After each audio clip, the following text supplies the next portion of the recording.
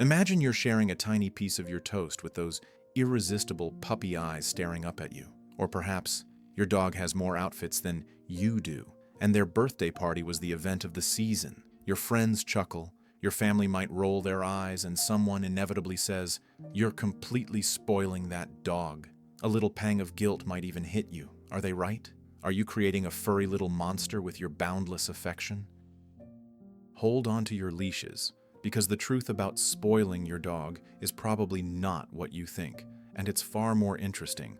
We're about to unpack this common concern and reveal why your loving gestures might actually be a good thing.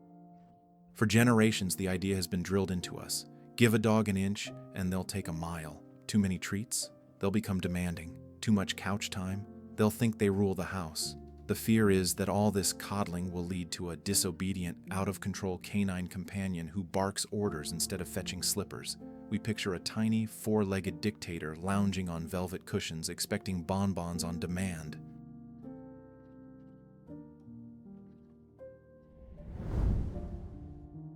Dogs, while incredibly smart and emotionally intuitive, don't process the world or our intentions in the same complex, sometimes manipulative ways a human might. When a child is spoiled, it often means they haven't learned boundaries, empathy, or the value of things because everything is handed to them without effort or expectation of good behavior. This can lead to entitlement.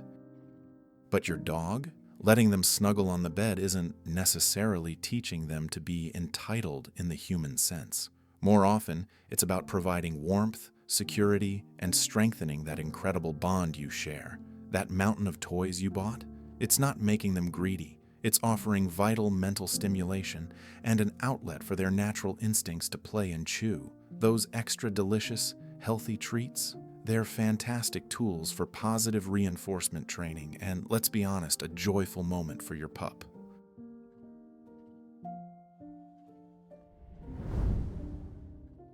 The surprising truth is that it's far less about how much love and comfort you provide, and far more about consistency, clear communication, and meeting their genuine needs. The acts of love themselves are rarely the culprits. A dog that constantly jumps on visitors, barks nonstop for attention, guards their food bowl aggressively, or drags you down the street on every walk isn't spoiled from too much affection. These behaviors are almost always signals that they haven't been taught polite alternatives, that they're feeling insecure, bored, or that their exercise and mental enrichment needs aren't being adequately met. They're not signs of a dog who has been loved too much.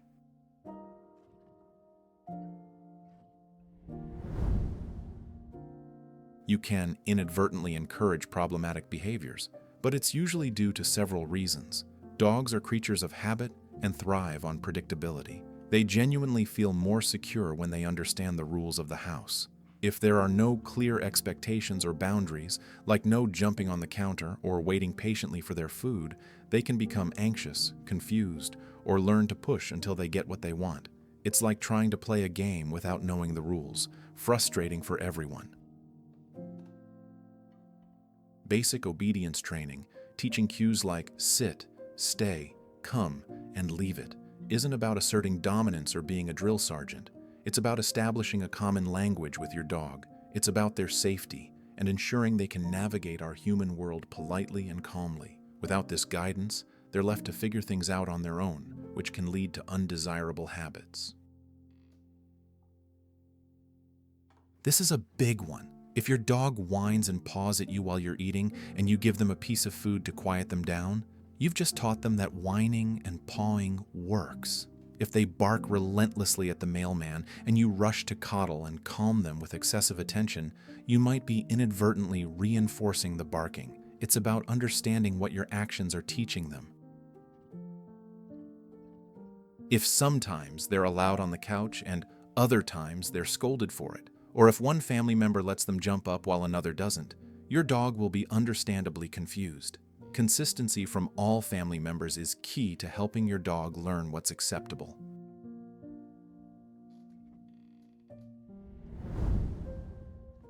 Showering your dog with love, affection, comfort, and high-quality care is not the problem. In fact, it's the foundation of a fantastic relationship. A dog who feels deeply loved, secure in their home, and whose needs are met is generally a happier, more confident, and often more well-behaved dog. They're less likely to develop anxiety-based behaviors. Think of it this way: providing plenty of affection, comfortable resting spots, engaging playtime, and delicious healthy food doesn't spoil a dog in the negative sense. It fulfills their fundamental needs for comfort, security, and enrichment. When these needs are met, they are more receptive to learning and more content in their daily lives. So, embrace those cuddle sessions on the sofa. Feel good about providing them with stimulating toys and activities.